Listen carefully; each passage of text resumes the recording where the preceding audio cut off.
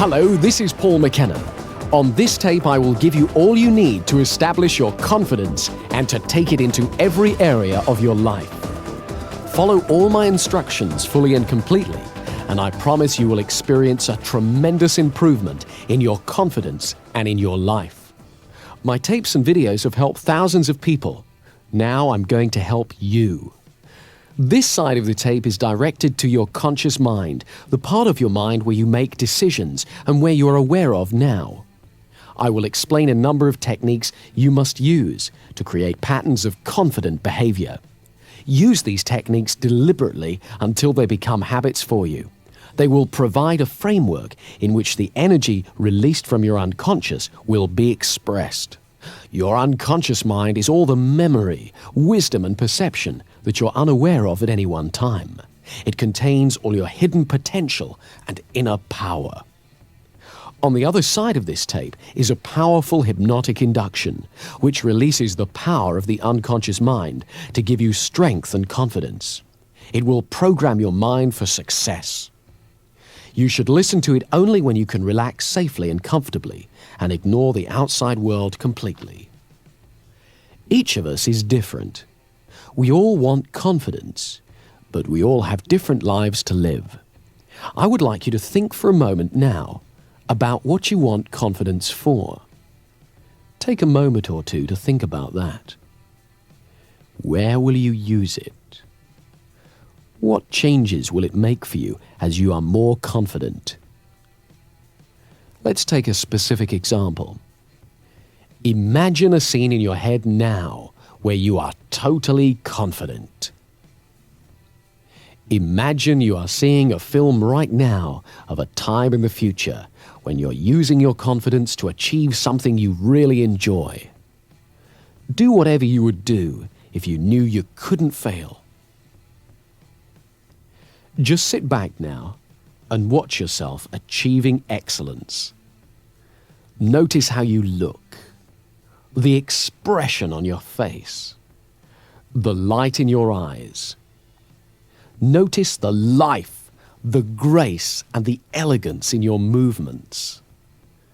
Let the camera of your mind move all around the scene and replay it as slowly or as fast as you wish, as many times as you wish, so that you become fully acquainted with every aspect of your presence during a moment of successful achievement.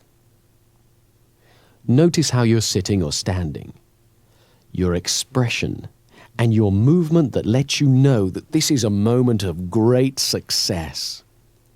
The concentration or happiness on your face. The grace, ease, or commitment of your movements, the sense of mastery. And pay attention here to the sensations in your body, and notice how your body responds to your imagination. Your body responds to all the pictures that are conjured up in your mind, deliberately or accidentally, in exactly the same way. Now, you are going to use this responsiveness. As you continue to visualize this time of confidence, and as you feel the pleasure and power of it, gently and precisely press together the finger and thumb of one hand. It doesn't matter which hand, just do it.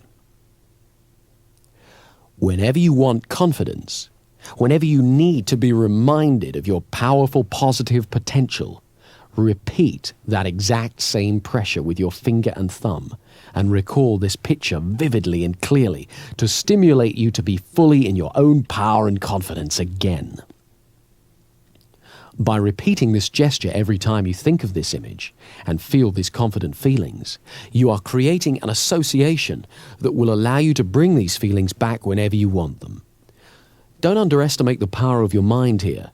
Do this simple but powerful exercise and you'll find it gets easier and easier and more powerful every time. You see, the human mind works by association. When we've experienced two things together for a little while, one will automatically remind us of the other. This associational linking is very powerful. For example, I like traveling, so whenever I go to the airport, I feel that excitement. even if I'm just going to pick someone up. The rule is, repetition is the mother of success. So let's just repeat this mental visualization. Remind yourself of that picture of you being successful and confident. It doesn't matter if it's not very clear at first. Each time you do it, it'll improve. Home in on the part of it that makes you feel best. Magnify that part. Make it bigger, brighter, louder, bolder, brilliant, richer in your mind. Really feel it within you and around you. And when that confidence is at its peak, press your finger and thumb together again in exactly the same way as you did before. And say to yourself, I am confident. And then relax. You are making that finger and thumb pressure into a signal to your unconscious mind to call up that feeling of confidence and power within you. Practice this imagining for at least 3 weeks every day, and then whenever you feel challenged, you can repeat that exact same movement. Concentrate for a few moments and access your inner state of confidence. Do it 21 times in a row. Olympic athletes the world over have used exactly this technique to prepare to win their competitions. Now you can use it. You see, we're all born with confidence. Babies are confident. They cry and they expect to be fed. They explore and they have no fear. We all have the ability to regain the confidence we are born with. And one of the main things we have to do, which is ridiculously simple, is just to make room for confidence. People who've lost confidence feel fear, and so they often hurry to get past things or hang back and avoid them. They speak too little or too fast. And when they feel awkward because they're doing these things, they have a tendency to do them even more. To let ourselves feel confident, we need 2 simple qualities: patience and flexible thinking. A few years ago, I was giving a presentation at a conference. I was on a panel with 2 other speakers, and while they spoke, I was really enjoying relaxing and being a member of the audience. And so it came as a bit of a shock to me when I was called to speak. I went to the rostrum and looked out and saw a huge room full of people looking at me. All of a sudden, I felt my stomach tighten and my hands went clammy and started to tremble. I was very surprised because I'm used to appearing in public, so I wasn't expecting to feel anything like that. So what I did was nothing. I just stood there and I noticed my feelings. First of all, I noticed my breathing, and I got used to standing where I was. I thought for a moment about what I was going to say and how much I believed in it, and I accepted that my body was excited. I was excited. I didn't have to call it stage fright or lack of confidence. I was excited. And that added a spark to my presentation. Then, when I felt ready to speak, I began. Now, this was a fairly simple little incident, but it shows 3 things. Firstly, you never know when you're going to be surprised, because I had no idea I was going to feel anything like that when I stood up. Secondly, it reminded me of the value of patience.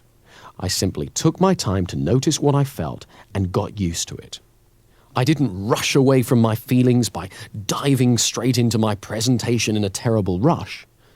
And when I acknowledged how I felt, it wasn't overwhelming. It helped to notice my breathing and to let that be calm as well. Thirdly, I reminded myself that the feeling I felt wasn't good or bad. It was just what I felt. And I could choose to call it fear or stage fright or eagerness or excitement. And I chose to call it excitement. I was reminded of this when I was sent a tape of my presentation, and I heard the pause before I started to speak. That was the pause I took to make room for my confidence.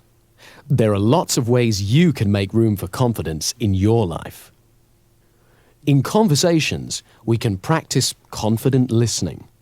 Confident listening is allowing yourself to concentrate fully on the other person's speech. It means that rather than preparing what I'm going to say, I really listen to you. And so often when I listen well, what I need to say, and when it's okay to say nothing, becomes much clearer. When I hear the rhythm of the conversation, I discover that there are plenty of times when silence is appropriate. By listening with patience, I make room for confidence in my conversations. The same is true with actions and feelings. Patience makes room for confidence. Turn your attention outward to the world while acknowledging what you feel. But don't judge or compare or worry. Stay curious. Don't judge yourself or others. Often you don't have to do half as much as you were worried about when you lacked confidence. And when it's time to act, what you have to do is clear and simple. We all use habits a great deal in our life. Some habits help our confidence, others don't. So to increase our confidence, we have to amplify the habits that assist us and eliminate those that don't. Much of our thinking is habitual. It happens all by itself and is just a string of associations. Mostly, we tend to be absorbed in a task or an interest, or afloat on the river of automatic thinking. However, we can affect it. With a little effort, we can redirect our attention. It turns out that associational thinking is very powerful, so this effort has to be made over and over again. At first, it's quite unnerving to discover how easily we can be distracted. But if we repeat the effort over and over again, we gradually find that we affect our patterns of association and also increase our powers of concentration. There's one very important way we need to make this effort. Nowadays, the atmosphere of ideas in which we live is very busy. Messages bombard us from all sides, and not all of them are very healthy. On television and radio, we're asked to buy far more than we can afford, and the news is always full of doom and disaster. To protect ourselves, we learn to ignore a great deal of it, so that we're not overwhelmed. But unfortunately, we can also inadvertently ignore the beauty and blessings of life as well. So we must learn to be selective and to reinforce the positive, beautiful messages in our lives, so that we nourish the positive and beautiful in ourselves. As we pay attention to the goodness in the outside world, we strengthen it within ourselves. It's also useful to phrase things positively, to use optimistic language whenever possible. I don't mean that we should ignore difficulties or problems, but that we should always look towards the solution, not the negativity. If we use positive words to ourselves and others, we're more likely to receive positive words and messages from them. Try to avoid putting people down, or putting yourself down. If you want, you can make a game of cleaning up your language. Do it by yourself or with a friend.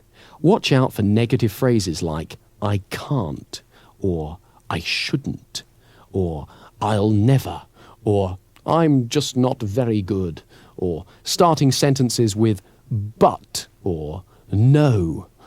Whenever you hear yourself or a friend use a phrase like that, stop and rephrase it in positive terms. For example, instead of I can't do such and such, use I can learn how to do such and such, or I haven't learned to do such and such yet. There's no fixed meaning in life except the meaning that we bring to it. So let's make your life brighter by looking at things that you've got going for you. Positive thinking becomes a self-fulfilling prophecy. Every time we pay attention to something, we energize its presence within us. If we pay attention to negative thoughts, we just make them stronger. So they crop up more and more often. But when we pay attention to positive thoughts, we strengthen them so that they return to our consciousness more and more often. Whatever you pay attention to returns to your awareness more and more frequently. So it's vitally important to acknowledge and concentrate on your successes, great and small. And what's really